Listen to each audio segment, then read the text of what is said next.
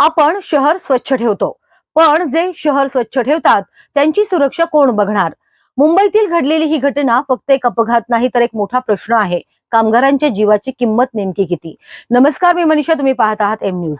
मुंबईतील पवई परिसरातल्या मोरारजी नगर मध्ये एक धक्कादायक घटना समोर आली आहे. गटार साफसफाईचे काम सुरू असताना महानगरपालिकेचे कामगार आपल्या जीवाची पर्वा न करता काम करत होते आणि त्याच वेळी एका भरधाव टेम्पोने त्यांना जोरदार धडक दिली. या भीषण अपघातात 3 कामगार गंभीर जखमी झालेत. घटनेनंतर परिसरात एकच गोंधळ उडाला. जखमी कामगारांना तातडीनं रुग्णालयात हलवण्यात आलं. पण या घटनेतील सर्वात धक्कादायक गोष्ट म्हणजे अपघात घडवून चालक घटनास्थळावरून फरार झालाय. हे तेच कामगार आहेत जे दररोज गटारात उतरून शहर स्वच्छ ठेवतात. पावसात, दुर्गंधीत, धोक्याच्या परिस्थितीत काम करत असताना त्यांच्या जीवावर असा घाला घालणं ही फक्त बेपर्वाई नाही, तर निष्काळजीपणाची परिसीमा आहे. कामगारांच्या सुरक्षेसाठी पुरेशी व्यवस्था आहे का, हा प्रश्न आहे. रस्त्यावर काम सुरू असताना ट्रॅफिक कंट्रोल का नव्हतं? आणि सर्वात महत्वाचं, फरार चालकाला कधी अटक होणार? सध्या पोलिसांनी या प्रकरणाची नोंद घेतली असून सीसीटीव्ही फुटेजच्या आधारे फरार चालकाचा शोध सुरू आहे.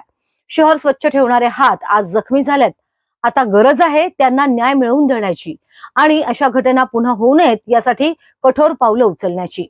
मुंबई हादरली, पण प्रश्न अजूनही उभा आहे. कामगार सुरक्षित कधी होणार?